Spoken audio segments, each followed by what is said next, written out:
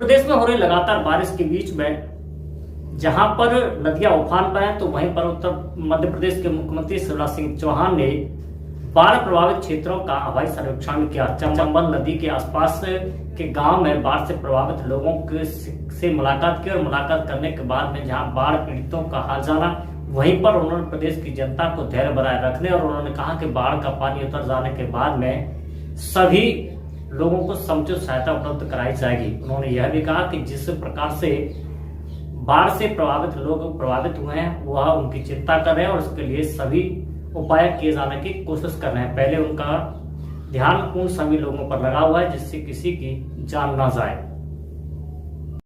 आज हमने तीनों जिलों के साथ मीटिंग की है। भोपाल से भी एसीएस होम हो चाहे एसीएस इरिगेशन हो, सीएम हो, सब जुड़े हुए थे। दिल्ली से हमारे केंद्रीय मंत्री आदरणीय श्री नरेंद्र सिंह तोमर जी जुड़े हुए थे। यहाँ के सारे जनप्रतिनिधि थे और तीनों जिलों के कलेक्टर, एसपी और प्रशासन के प्रमुख लोग थे। अभी जो संभावनाएं हैं, जैसा पानी गांधी सागर कोटा बैराज से छूटा है और डिस्चार्ज कम हुआ है, उसको देखते हुए लगता है कि मुरैना में अभी 1 से लेकर 1.25 मीटर तक पानी कल दोपहर तक बढ़ सकता है। अब ये अंदाज है। श्योपुर में, पार्वती में पानी घटना शुरू हो गया है और चंबल का पानी स्थिर है और मुरैना के बाद चूंकि भिंड में पानी जाता है इसलिए वहाँ भी बढ़ोतरी की संभावना है।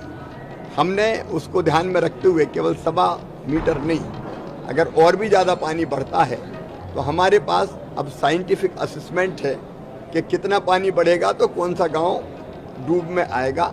उसको ध्यान में रखते हुए जो निचले इलाके के हमारे साथी थे उनको बाहर निकालने का काम शुरू कर दिया है राहत शिविरों में। अगर पानी 148 के ऊपर मुरैना में जाता है तो 56 गांव प्रभावित होंगे, उनकी सूची कब निकालना है उसकी हमारी तैयारी है। भिंड में भी वही तैयारी है, श्योपुर में भी वही तैयारी है। एनडीआरएफ की टीम, एसडीआरएफ की टीम, स्थानीय जो हमारा प्रशासन है उसको सहयोग करने के लिए स्टेशन कर रहे हैं हम।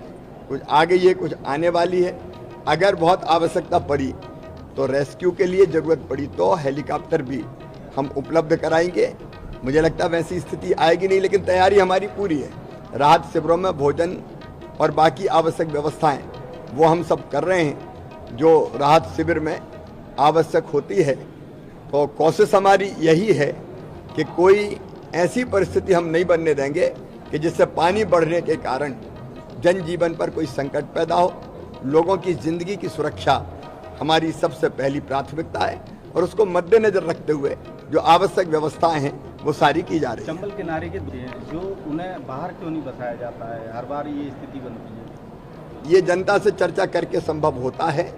कई बार जब बाढ़ आती है तो मन बनता है कि चलें बाहर, उसके बाद वो विचार बदल जाता है। लेकिन इस बार दोनों तरह के काम करेंगे।